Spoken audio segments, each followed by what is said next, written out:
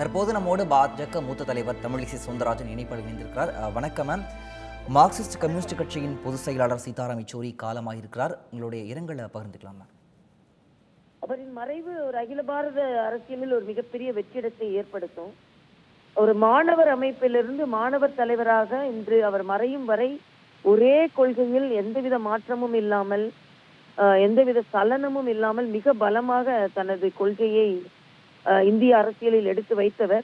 ஒரு ஆரோக்கியமான ஜனநாயகத்திற்கு எதிர்க்கட்சிகள் கூட வலிமையாக இருக்க வேண்டும் என்பதை உணர்த்தியவர். பாராளுமன்றத்தில் மிகச் சிறப்பாக விவாதங்களை எடுத்து வைத்தவர். எல்லாவற்றிற்கும் மேலாக மாணவர் தலைவராக இருக்கிற காலத்திலேயே எமர்ஜென்சியை எதிர்த்து கைதானவர். அவர் நமது பக்கத்து மாநிலத்தை சார்ந்தவராக இருந்தாலும் பிறந்தது எல்லாம் தமிழகம் என்ற வகையில் தமிழகத்திற்கும் இது ஒரு இழப்பாகவே நான் கருதுகிறேன். ஒரு மாற்று அரசியல் கட்சி தலைவராக இருந்தாலும் நல்ல பண்போடு பழகக்கூடியவரை ஒருவரை இழந்திருக்கிறோம் என்ற வகையில் நமக்கு வருத்தம். அவரின் குடும்பத்தாருக்கு எனது அனுதாபங்களை நான் பகிர்ந்து கொள்கிறேன். அவரை சார்ந்த கட்சியை சார்ந்தவர்களுக்கு எனது ஆறுதலையும் நான் பகிர்ந்து கொள்கிறேன்.